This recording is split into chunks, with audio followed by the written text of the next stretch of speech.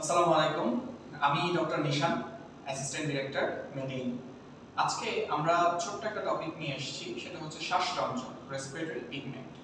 তো এই শ্বাসরঞ্জকের মধ্যে আমরা মোটামুটি হিমোগ্লোবিনের সাথে সবাই পরিচিত, বাট আমাদের জুলজি বইতে হিমোগ্লোবিন বাদে আসলে সেরকম কথাবার্তা দেয়া নাই বা একসাথে করে দেয়া নাই। আলিম স্যারের বইতে 4টা শ্বাসরঞ্জকের কথা বলা আছে। তো এই বিষয়গুলো নিয়ে আমরা জানবো এবং আমাদের zoology chapter 1, chapter 3, chapter 4, chapter 5 এই চ্যাপ্টারগুলোতে হিমোগ্লোবিন নিয়ে এবং চ্যাপ্টার 1 এ আরো কিছু রক্তকণিকা নিয়ে কিছু কথা স্ক্যাটার্ড ভাবে সাজানো আছে। তো আমি চেষ্টা করব সেগুলোকে একসাথে কম্পাইল করে তোমাদেরকে গুছিয়ে দিতে, অর্থাৎ শ্বাসরঞ্জক নিয়ে যত কথা তোমার জানতে হবে, যেগুলো বিগত বছরে বিভিন্ন জায়গায় এসেছে এবং যেগুলো আসতে পারে, সবগুলোকে একসাথে আমি করে দেব। ঠিক আছে? এই ক্লাসটা করলে শ্বাসরঞ্জক নিয়ে তোমার কোনো কনফিউশন ইনশাআল্লাহ থাকবে না। ঠিক আছে? সো চলো আমরা ক্লাস শুরু করে দিই। প্রথমে আমাদের টপিক হচ্ছে শ্বাসরঞ্জক।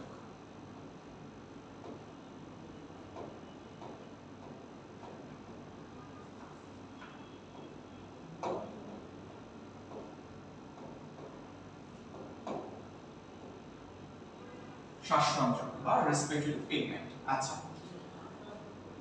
আজমল স্যারের বইতে তোমার হচ্ছে যে শুধুমাত্র হিমোগ্লোবিন নিয়েই বেশ কিছু কথাবার্তা আছে, বাট আমরা জেনে রাখবো আলিম স্যারের বইতে দেয়া আছে যে শ্বাসরঞ্জক অ্যাকচুয়ালি 4 ধরনের হতে পারে। শ্বাসরঞ্জক কয় ধরনের হতে পারে বলো তো? 4 ধরনের হতে পারে।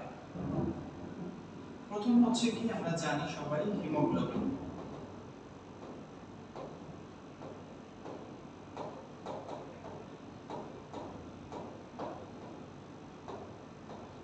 প্রথমটা হচ্ছে হিমোগ্লোবিন। আচ্ছা, দ্বিতীয়টা হচ্ছে হিমোসায়ানিন।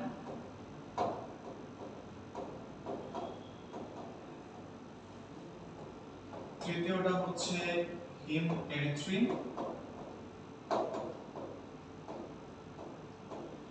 এবং 4 নম্বরটা হচ্ছে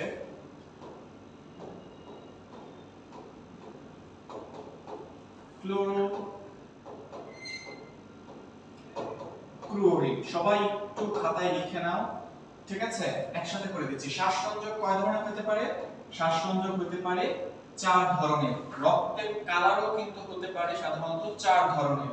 তাহলে শ্বাসরঞ্জক হতে পারে 4 ধরনের। কি কি? একটা হচ্ছে number 1 haemoglobin, number 2 haemocyanin, number 3 হিমিডিথ্রিন এবং নাম্বার 4 ক্লোরোক্লোরিন। ঠিক আছে? আলিম স্যারের বইতে এই 4টা শ্বাসরঞ্জকের কথা দেয়া আছে।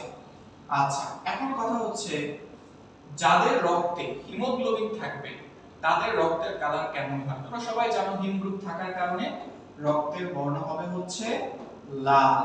তাহলে হিমোগ্লোবিন যাদের থাকবে তাদের রক্তের কালার হবে লাল। আচ্ছা, হিমোসায়ানিন আমরা জেনে রাখবো সায়ানিন, সায়ানোসিস আমরা জানি, তাই না? তো এর মানে হচ্ছে নীল। সায়ানোসিস মানে নীল। তো সায়ানিন, সায়ানো কথাটা যেখানেই পাবো তার মানে নীল। হিমোসায়ানিন থাকলে রক্তের কালার হবে নীল বর্ণের। হিম এরিথ্রিন, যদিও ইরাইথ্রো আমরা জানি ইরাইথ্রোপোয়েসিস, ইরাইথ্রোপোয়েটিন, তাই না? ইরাইথ্রোসাইট লোহিত রক্তকণিকার সাথে রিলেটেড। তো হিম এরিথ্রিন এইটার কালারটা হবে অ্যাকচুয়ালি বেগুনি। রক্তের কালারটা কি হবে? বেগুনি। আমরা মনে রাখবো হিমোগ্লোবিন যাদের থাকবে তাদের রক্তের কালার সাধারণত বেগুনি। ক্লোরোক্লোরিন এর কালার হবে হচ্ছে সবুজ। ক্লোরোক্লোরিন কালার কি হবে? সবুজ। ঠিক আছে? আচ্ছা, এখন কথা হচ্ছে এই হিমোগ্লোবিনটা কাদের মধ্যে আমরা দেখতে পাবো? হিমোগ্লোবিন কাদের মধ্যে পাবো? হিমোগ্লোবিন তোমার হচ্ছে মেরুদণ্ডী এবং অমেরুদণ্ডী। মেরুদণ্ডী প্লাস অমেরুদণ্ডী প্রাণী সবার মধ্যেই আমরা হিমোগ্লোবিনটা দেখতে পাবো। এখানে আবার দুইটা এমসিকিউ, প্রত্যেকটা কথাই ইম্পর্টেন্ট, একটা কথাও বাদ দেওয়ার কোনো সুযোগ নাই, ঠিক আছে? প্রত্যেকটা কথাই তোমাদের জন্য ইম্পর্টেন্ট। সো নেক্সট কোশ্চেন হচ্ছে মেরুদণ্ডী প্রাণীদের কোথায় তোমার হচ্ছে এই হিমোগ্লোবিনটা থাকে? মেরুদণ্ডী প্রাণীদের থাকবে হচ্ছে লোহিত রক্তকণিকায়, মানে আরবিসির মধ্যে হিমোগ্লোবিনটা থাকে, তাই না? আমরা সবাই জানি। কিন্তু অমেরুদণ্ডী প্রাণীদের কোথায় থাকে? অমেরুদণ্ডী প্রাণীদের থাকে হচ্ছে প্লাজমাতে, অর্থাৎ এটা কিন্তু রক্তকণিকার মধ্যে থাকবে না, প্লাজমা বা রক্ত রসের মধ্যে ভাসমান থাকবে, ঠিক আছে? প্লাজমা বা রক্ত রসের মধ্যে ভাসমান থাকবে, মনে রাখবে। তাহলে মেরুদণ্ডী প্রাণীদের ক্ষেত্রে থাকবে হচ্ছে আরবিসির মধ্যে, অমেরুদণ্ডী প্রাণীদের ক্ষেত্রে থাকবে হচ্ছে কোথায়? প্লাজমার মধ্যে, ঠিক আছে? এই দুইটা এমসিকিউ কোথায় আছে? আমাদের চ্যাপ্টার 1 এ আছে। অমেরুদণ্ডী প্রাণীদের যে বৈশিষ্ট্য, ওইটার মধ্যে লাস্ট যে বৈশিষ্ট্যটা, ওটা হচ্ছে প্লাজমা বা রক্তরসের মধ্যে হিমোগ্লোবিন ভাসমান থাকে। আচ্ছা, এরপরে আসা হচ্ছে আমরা জানি যে হিমোসায়ানিন কালার হচ্ছে নীল কালারের হয়ে থাকে। আচ্ছা, এখন এই হিমোসায়ানিন দেখতে পাবো কাদের মধ্যে? আমরা ফার্স্ট অধ্যায়ে প্রাণী জগতের সবথেকে বড় পর্ব যেটা হচ্ছে আর্থ্রোপোডা, তাই না? দ্বিতীয় বৃহত্তম পর্ব কোনটা? মলাস্কা। এই দুইটা পর্বের মধ্যে আমরা দেখতে পাবো হচ্ছে হিমোসায়ানিন, ঠিক আছে? তাহলে হিমোসায়ানিন কোথায় পাবো? একটা হচ্ছে মলাস্কা এবং আরেকটা হচ্ছে আর্থ্রোপোডা। প্রাণী জগতের দ্বিতীয় বৃহত্তম পর্ব, প্রাণী জগতের বৃহত্তম পর্ব, এদের মধ্যে আমরা পাবো হচ্ছে হিমোসায়ানিন। আচ্ছা, এরপরে আসা হচ্ছে হিমেরিথ্রিন, যেটা কালারটা হচ্ছে বেগুনি, তাই না? এই হিমেরিথ্রিনটা আমরা কিন্তু অ্যানিলিডা পর্বের প্রাণীদের মধ্যে আমরা পাবো। এখানে একটু কথা আছে, সেটা হচ্ছে এই যে অ্যানিলিডা, এই অ্যানিলিডা পর্বের প্রাণীদের মধ্যে তিনটা জিনিসই আমরা পাই, একটু মনে রাখবা। আমরা যদি এটাকে নাম্বার 1, এটাকে নাম্বার 2, সরি এটাকে নাম্বার 2, এটাকে নাম্বার 3 এবং এটাকে নাম্বার 4 দেই, সেই ক্ষেত্রে অ্যানিলিডার মধ্যে তিন ধরনের, আমি আবারও বলছি, তোমাকে কোশ্চেন করবে অ্যানিলিডা পর্বের প্রাণীদের মধ্যে নিচের কোন ধরনের রক্তকণিকা পাওয়া যায় না? তাহলে পাওয়া যায় কোনগুলো? 1, 3, 4, আমরা মনে রাখবো 1, 3 এবং 4, অর্থাৎ হিমোগ্লোবিন, তারপরে হচ্ছে হিমেরিথ্রিন এবং ক্লোরোক্লুরিন, এই তিন ধরনের রক্তকণিকা পাওয়া যায়। তাহলে পাওয়া যায় না হিমোসায়ানিন। ক্লিয়ার সবার? আশা করি ক্লিয়ার হয়েছে। ক্লোরোক্লুরিন, এই রঞ্জক পদার্থটার কালার হচ্ছে সবুজ। তাহলে এটা যাদের বডিতে থাকবে তাদের রক্তের কালার সাধারণত সবুজ কালারের হবে। কাদের মধ্যে দেখা যায়? এটা একটু লিখে নাও, এটা হচ্ছে পলিকিট। ঠিক আছে? এটা আসলে অ্যানিলিডা পর্বেরই অন্তর্ভুক্ত। পলিকিটদের মধ্যে আমরা পাবো হচ্ছে ক্লোরোক্লুরিন। এই যে ছকটা তোমাদেরকে পড়ালাম, প্রত্যেকটা কথাই এখানে ইম্পর্টেন্ট, ঠিক আছে? তাহলে আমি যদি তোমাদেরকে একটা কোশ্চেন করি, সেটা হচ্ছে যে মেরুদণ্ডী প্রাণীদের হিমোগ্লোবিন কোথায় পাওয়া যায়? তোমাদের অ্যানসার হবে আরবিসির মধ্যে। দ্বিতীয় কোশ্চেন যদি করি যে অমেরুদণ্ডী প্রাণীদের ক্ষেত্রে কোথায় পাবো, তাহলে পাবো হচ্ছে রক্তরসের মধ্যে ভাসমান অবস্থায়, তাই না? ক্লোরোক্লুরিনের কালার কি? সবুজ। কাদের মধ্যে দেখতে পাই? পলিকিটদের মধ্যে। আচ্ছা, হিমেরিথ্রিনের কালার হচ্ছে বেগুনি। অ্যানিলিডা পর্বের মধ্যে আমরা আসলে তিনটাই পাই, হিমোগ্লোবিন, তারপর হিমেরিথ্রিন, ক্লোরোক্লুরিন, তিনটাই আমরা পাবো। মলাস্কা এবং আর্থ্রোপোডা, প্রাণী জগতের বৃহত্তম পর্ব কোনটা? আর্থ্রোপোডা। প্রাণী জগতের দ্বিতীয় বৃহত্তম পর্ব কোনটা? মলাস্কা। এই দুইটার মধ্যে পাবো হচ্ছে হিমোসায়ানিন। আমরা জানি সায়ানা কথাটার অর্থ হচ্ছে নীল, সো এটার কালারও হবে কি? নীল। কথা ক্লিয়ার সবার? আশা করছি এইটুকু ক্লিয়ার হয়েছে। আমি এই অংশটুকু মুছে দিচ্ছি, তারপরে আমরা নেক্সট অংশে চলে যাই।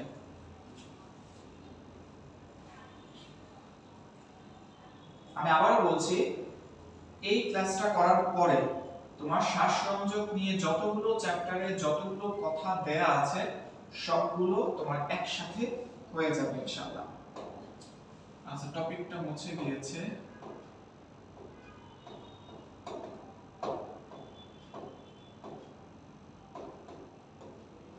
আচ্ছা, এখন কথা হচ্ছে রক্তকণিকা তিন ধরনের আমরা জানি, লোহিত রক্তকণিকা, শ্বেত রক্তকণিকা, অনুচক্রিকা, আরবিসি, ডব্লিউবিসি, প্লেটলেটস। আচ্ছা, এখন এই আরবিসি প্রত্যেকটা কথা এমসিকিউর জন্য ইম্পর্টেন্ট। আবারও বলছি, এই আরবিসির মধ্যে পানি থাকে কত পার্সেন্ট বলো তো? 60 থেকে 70%। কত পার্সেন্ট বলো? 60% থেকে 70% থাকে হচ্ছে পানি। আর 30 থেকে 40%, 30% থেকে 40% থাকে হচ্ছে কঠিন পদার্থ। 30 থেকে 40% থাকে কি? কঠিন পদার্থ। এখন এই যে কঠিন পদার্থ, এই কঠিন পদার্থের মধ্যে 90% অর্থাৎ এই যে 30 থেকে 40% এর 90% হচ্ছে হিমোগ্লোবিন। আমরা হিমোগ্লোবিন নিয়ে ডিটেইলস আলোচনা করব, এই জন্য আমরা এই তিনটা এমসিকিউ একসাথে করে দিলাম। আরবিসি এর মধ্যে কত পার্সেন্ট পানি? 60 থেকে 70%, কঠিন পদার্থ 30 থেকে 40%। এই কঠিন পদার্থের 90% হচ্ছে হিমোগ্লোবিন।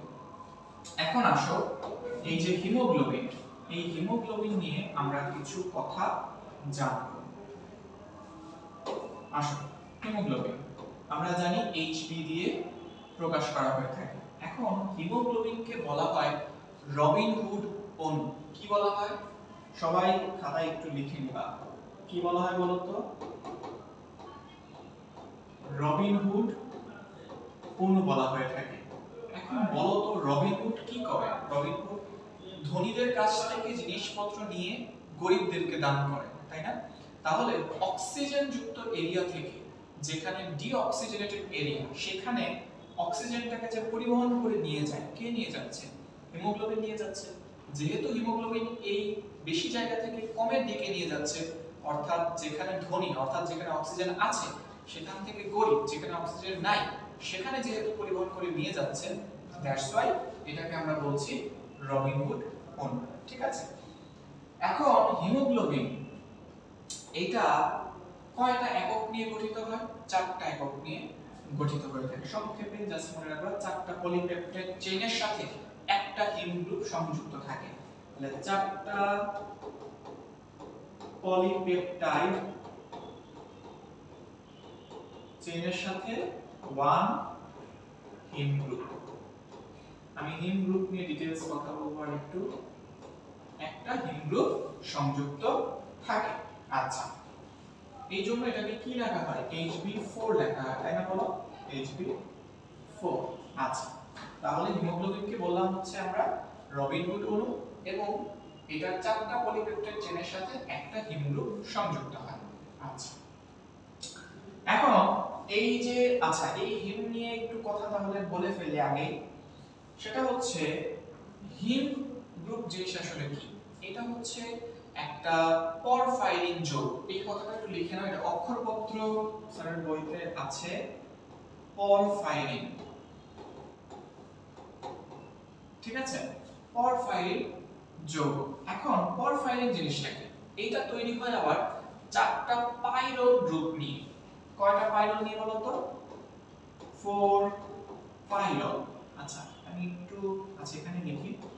4টা পাইরোল গ্রুপ নিয়ে তৈরি হয়ে থাকে একটা পরফাইরিন। এখন কথা হচ্ছে পাইরোল জিনিসটা কি? আচ্ছা, এটা নিয়ে একটু কথা বলা যায়। পাইরোলটা হচ্ছে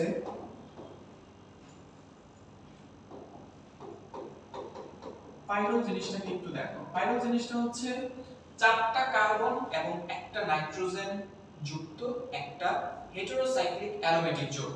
ঠিক আছে? তোমার সহজভাবে যদি বলি, ধরো এই এ, এখানে কার্বন কার্বন কার্বন কার্বন, এখানে একটা নাইট্রোজেন। আচ্ছা, সেম ওয়েতে এখানে একটা দিলাম, এখানে একটা দিলাম, এখানে একটা দিলাম, এইখানে একটা দিলাম। কেন দিলাম বলছি, দেখো সেম এখানে এই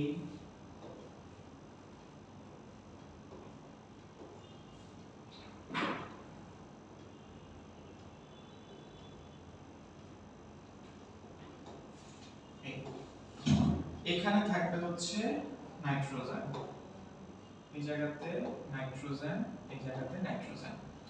এই এক একটা হচ্ছে কিন্তু পাইরো, এই চারটা পাইরো মিলে তৈরি করেছে একটা পরফাইরিন। পরফাইরিন যৌগ। এখন এই যে নাইট্রোজেন গুলো এর মাঝখানে থাকবে হচ্ছে কিনেটিং এজেন্ট, যেটা হচ্ছে আয়রন। আমরা সবাই জানি এটা, যে হিমোগ্লোবিনের মধ্যে থাকে হচ্ছে আয়রন, তাই না?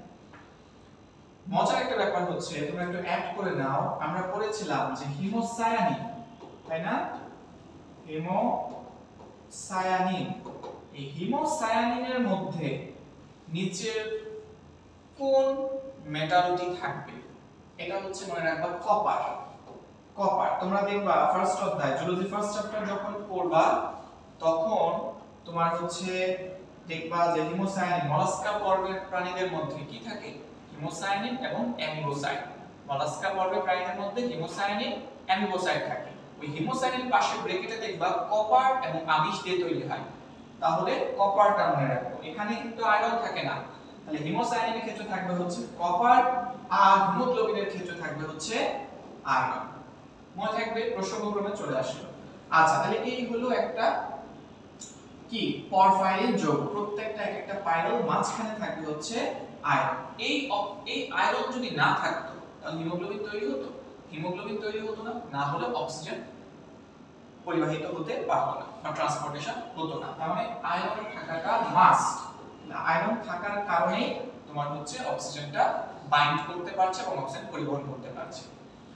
ওকে, আচ্ছা, তাহলে এটা গেল। এখন আসো এইটুকু আমি মুছে দিচ্ছি, এটা গঠনটা বলার জন্য বলা। এখন আসো হচ্ছে যে এই যে হিমোগ্লোবিন বললাম,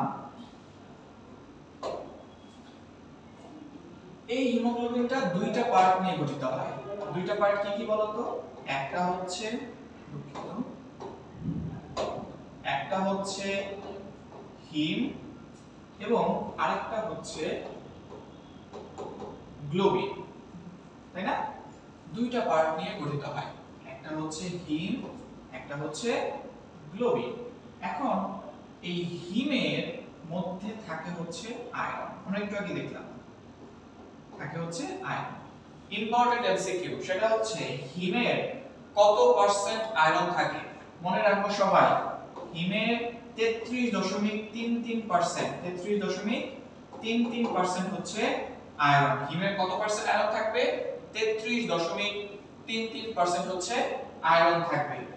নেক্সট কোশ্চেন, হিম এবং গ্লোবিনের অনুপাত কত? হিম এবং গ্লোবিনের আমি পাশে লিখে দিচ্ছি, হিম অনুপাত গ্লোবিন কত বলতো? 1:25, 1:25। হিম এবং গ্লোবিনের অনুপাত কত? 1:25। হিমের কত পার্সেন্ট আয়রন? 33.33%। এই আয়রনটা বডিতে কি হিসেবে জমা থাকে? Third chapter zoology, important MCQ, ferritin হিসেবে জমা থাকে। কি হিসেবে জমা থাকে? আয়রনটা আমাদের বডিতে ফেরিটিন হিসেবে জমা থাকে। নেক্সট এমসিকিউ, আমাদের বডিতে কত গ্রাম আয়রন থাকে? আমার ফুল বডিতে কতটুকু লোহা আছে? তোমাকে কোশ্চেন করতে পারে একজন মানুষের শরীরে কতটুকু লোহা থাকে? অ্যানসারটা হবে হচ্ছে 4 থেকে 5 গ্রাম। কত গ্রাম বলো তো? 4 থেকে 5 গ্রাম। তিনটা ইম্পর্টেন্ট এমসিকিউ কিন্তু হয়ে গেল। নাম্বার 1, হিমের কত পার্সেন্ট লোহা? 33.33%। হিম এবং গ্লোবিনের অনুপাত কত? 1:25। কত গ্রাম লোহা থাকে? 4 থেকে 5 গ্রাম লোহা থাকবে। আর এই যে আয়রনটা, এইটা বডিতে কি হিসেবে জমা থাকে? এটা বডিতে ফেরিটিন হিসেবে জমা থাকে। কি হিসেবে জমা থাকে? ফেরিটিন হিসেবে জমা থাকে। এরপরের কোশ্চেন হচ্ছে, যদি আমি হিম থেকে আয়রনকে মাইনাস করি, আমাকে আরেকটু ছোট করে লিখতে হবে, আমাকে একটু জায়গা ধরাতে হবে এখানে। আচ্ছা এখানেই লিখি, সমস্যা নেই। তো হিম থেকে যদি আমি আয়রনকে মাইনাস করে দিই, যে অংশটুকু বাকি থাকবে দ্যাট ইজ বিলিভার্ডিন। কি বলতো? বিলিভার্ডিন। Biliverdin important MCQ. বিলিভার্ডিনের কালার নিচের কোনটি? মনে রাখবা বিলিভার্ডিনের কালার হচ্ছে সবুজ। জুলজি চ্যাপ্টার 3 বিলিভার্ডিনের কালার কি? সবুজ। এরপরে বিলিভার্ডিন থেকে কি তৈরি হয়, কিসে পরিণত হয়? সেটা হচ্ছে বিলিরুবিন। কিসে পরিণত হয় বলতো? বিলিরুবিন। এই বিলিরুবিনের কালার কি বলতো? বিলিরুবিনের কালার হচ্ছে হলুদ। বিলিরুবিনের কালার কি বলতো? বিলিরুবিনের কালার হচ্ছে হলুদ, যেটা আমাদের প্রস্রাব এবং পায়খানার মাধ্যমে তোমার হচ্ছে এক্সক্রিশন হয়ে যায়। বাট যদি কারো বডিতে বিলিরুবিন অস্বাভাবিক হারে বেড়ে যায়, তাহলে যেই ডিজিজটা দেখা দিবে সেটাকে কি বলা হয়? আমরা সবাই জানি, সেটাকে বলা হয় জন্ডিস। কি বলা হয় বলতো? জন্ডিস। তাহলে জন্ডিস হলে আমাদের বডি, আমরা সবাই জানি যে আমাদের হাত, তারপরে হচ্ছে চোখের নিচে লোয়ার পার্টিকুলার কনজাংটিভা বলে, তারপর আমাদের জিভে, তাই না, এগুলো হলুদ হয়ে যায়। তাহলে জন্ডিস হতে পারে। তাহলে বিলিরুবিনের মাত্রা যদি বেড়ে যায় তাহলে হবে হচ্ছে জন্ডিস। তাহলে বিলিভার্ডিনের কালার কি? কালার হচ্ছে সবুজ। বিলিরুবিনের কালার কি? বিলিরুবিনের কালার হচ্ছে হলুদ। ঠিক আছে? আর বিলিরুবিনের পরিমাণ যদি বেড়ে যায় তাহলে যেটা হতে পারে সেটা হচ্ছে জন্ডিস। ওকে, তাহলে এই হলো কথা। এখন আরো কিছু কথা আছে। এই যে হিমোগ্লোবিন, আণবিক ওজন কত? মনে রাখবো ৬৪,০০০ আণবিক ওজন। লিখে নাও সবাই। আণবিক ওজন হচ্ছে ৬৪,৪৫০। ৬৪,৪৫০ ডালটন। তাহলে হিমোগ্লোবিন আণবিক ওজন কত? ৬৪,৪৫০ ডালটন। ঠিক আছে? আচ্ছা, এখন আসা হচ্ছে মোটামুটি আমাদের এই হলো কথা হিমোগ্লোবিন সম্পর্কে। এখন কথা হচ্ছে যে আসলে পুরুষের ক্ষেত্রে নরমাল ভ্যালু কত, স্ত্রীদের ক্ষেত্রে নরমাল ভ্যালু কত, তাই না? পুরুষের ক্ষেত্রে তোমরা স্বাভাবিকভাবেই জানো, পুরুষের ক্ষেত্রে হিমোগ্লোবিনের পরিমাণ একটু বেশি থাকে, আরবিসি পরিমাণও সেজন্য বেশি, আর স্ত্রীদের ক্ষেত্রে কিছুটা কম থাকে। আচ্ছা, আমরা মনে রাখবো পুরুষের ক্ষেত্রে মনে রাখবো হচ্ছে 13.5 থেকে 17.5, 13.5 থেকে 17.5। স্ত্রীদের ক্ষেত্রে কত হবে মনে রাখবো আমরা 11.5 থেকে 15.5 গ্রাম পার ডেসিলিটার। দুইটার ক্ষেত্রে ইউনিট হচ্ছে মনে রাখবো আমরা গ্রাম পার ডেসিলিটার। তাহলে পুরুষের ক্ষেত্রে হিমোগ্লোবিনের ভ্যালু কত? নরমাল ভ্যালু হচ্ছে তোমার 13.5 থেকে 17.5 গ্রাম পার ডেসিলিটার। স্ত্রীদের ক্ষেত্রে হচ্ছে 11.5 থেকে 15.5 গ্রাম পার ডেসিলিটার। এটা নরমাল ভ্যালু এবং এটা ভ্যারি করতে পারে, কম বেশ হতে পারে। তোমার পুরুষের ক্ষেত্রে নরমালি একটু বেশি থাকে, স্ত্রীদের ক্ষেত্রে একটু কম থাকে। আচ্ছা, এখন কথা হচ্ছে যদি হিমোগ্লোবিনের পরিমাণ নরমাল থেকে কমে যায়, যেটা হয় সেটাকে আমরা কি বলি বলতো? আমরা সেটাকে বলি হচ্ছে অ্যানিমিয়া, যেটাকে বলা হয় রক্ত স্বল্পতা। আর যদি হিমোগ্লোবিনের পরিমাণ বেড়ে যায়, হিমোগ্লোবিনের পরিমাণ বেড়ে যাওয়া মানে আরবিসির পরিমাণ বেড়ে যাওয়া, হিমোগ্লোবিনের পরিমাণ কমে যাওয়া, আরবিসির পরিমাণ কমে যাওয়া, সেটাকে আমরা বলবো হচ্ছে পলিসাইথেমিয়া।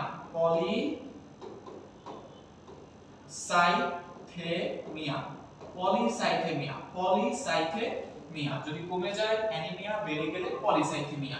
ঠিক আছে?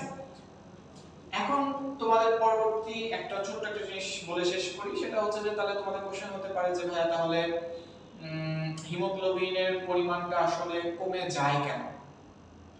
বিভিন্ন কারণে কমে যেতে পারে। ঠিক আছে? যদি এরকম হয় যে ধরো কারো কিডনিতে প্রবলেম আছে, ঠিক আছে, কারো কিডনিতে যদি সমস্যা থাকে তাহলে তার কিডনির উপরে তোমরা জানো টুপির মতো দুটো গ্ল্যান্ড থাকে, যেটাকে কি বলা হয়? অ্যাড্রিনাল গ্ল্যান্ড বা সুপ্রারেনাল গ্ল্যান্ড। সেখান থেকে ইরাইথ্রোপয়েটিন ক্ষরিত হয়। কি ক্ষরিত হয় বলতো? ইরাইথ্রোপয়েটিন। কি ক্ষরিত হয়? ইরাইথ্রোপয়েটিন। কিডনিতে প্রবলেম থাকলে এই ইরাইথ্রোপয়েটিন যদি ক্ষরিত না হতে পারে তাহলে ইরাইথ্রোপোয়েসিস হবে? আরবিসি তৈরি হবে? হবে না। আরবিসি তৈরি মানে হিমোগ্লোবিন থাকছে না বিধায় আরবিসি তৈরি হচ্ছে না। তাহলে কিডনির প্রবলেমের কারণে হতে পারে, লিভারের প্রবলেমের কারণে হতে পারে, ম্যাল নিউট্রিশনের কারণে হতে পারে, কেউ ঠিকমতো খেতে পারছে না বা খাচ্ছে না এটার কারণে হতে পারে, কারণ কারো আয়রন ডেফিসিয়েন্সি আছে, কেউ যদি আয়রন যুক্ত খাবারগুলো না খায় তাদের প্রবলেম হতে পারে। এজন্য তোমরা চেষ্টা করবে যে আয়রন যুক্ত যে খাবারগুলো আছে, যে ফলগুলো কেটে রাখলে কালো হয়ে যায়, কলা হতে পারে, আপেল হতে পারে, তোমার সবজির মধ্যে তোমার হচ্ছে যে কি বলে এটা কচু শাক হতে পারে, এগুলোর মধ্যে প্রচুর পরিমাণে, পালং শাক হতে পারে, প্রচুর পরিমাণে আয়রন থাকে। ঠিক আছে, এই খাবারগুলো খেতে হবে, যেটা হিমোগ্লোবিন তৈরি করাটাকে বুস্ট আপ করবে। হিমোগ্লোবিন তৈরি হলে আরবিসি তৈরি হবে। তাহলে এই প্রবলেমগুলো, কারো বডিতে যদি হুকওয়ার্ম থাকে, তোমার হচ্ছে যে কৃমি থাকে, তাদের প্রবলেম হতে পারে। কেউ যদি থ্যালাসেমিয়া পেশেন্ট হয়, থ্যালাসেমিয়া পেশেন্টের ক্ষেত্রে আরবিসি ব্রেকডাউন হচ্ছে, তাদের ক্ষেত্রে হিমোগ্লোবিনের পরিমাণ কম পেতে পারি। থ্যালাসেমিয়ার ক্যারিয়ার যারা, তাদের ক্ষেত্রেও আমরা কম পেতে পারি। তো এরকম। তারপর ধরো আলসার যদি কারো থেকে থাকে, ঠিক আছে, ধরো এরকম হচ্ছে যে কারো বডিতে কোনো জায়গায় ভিতরে তোমার পুরো গাটের কোনো জায়গায় হতে পারে, সেটা ইসোফেগাস হতে পারে, স্টোমাকের মধ্যে হতে পারে, স্মল ইন্টেস্টাইন, লার্জ ইন্টেস্টাইন, যে কোনো জায়গায় ক্ষত আছে, আলসার আছে। আলসার হলে সেখান থেকে চুইয়ে চুইয়ে রক্ত পড়ছে, রক্ত পড়ে কন্টিনিউয়াসলি রক্ত চলে যাচ্ছে, তাহলে আরবিসি কমে যাচ্ছে, হিমোগ্লোবিন কমে যাচ্ছে, এটা হতে পারে। তারপর আরো হতে পারে তোমার হচ্ছে যে ধরো কারো হেমোরয়েড আছে বা পাইলস আমরা যেটাকে বলি, ঠিক আছে, কারো যদি পাইলস থাকে, তার কন্টিনিউয়াসলি রক্ত যাচ্ছে শরীর থেকে, তাহলে রক্ত যদি চলে যায় তখন হচ্ছে হিমোগ্লোবিনের একটা ডেফিসিয়েন্সি তৈরি হবে। সো এই হলো মোটামুটি কথাবার্তা। আশা করছি তোমাদের সবগুলো তথ্যই মনে থাকবে এবং তোমরা সবগুলো তথ্য টুকে নিয়েছো। এবং শ্বাসসংযোগ নিয়ে আমরা মোটামুটি মাজদা ম্যাডাম, তারপর অক্ষরপত্র, আলিম স্যার, আজমল স্যারের বইতে এর বাইরে কোনো অধ্যায় কোনো কিছু নেই। এই হচ্ছে মোটামুটি শ্বাসসংযোগ নিয়ে ডিটেইলস আমাদের কথাবার্তা। ঠিক আছে, সো আশা করছি তোমরা ভালোভাবে তথ্যগুলো মনে রাখবা, খুবই ইম্পর্টেন্ট এই তথ্যগুলো। আর পরবর্তীতে দেখা হবে নেক্সট কোনো ভিডিওতে। আসসালামু আলাইকুম।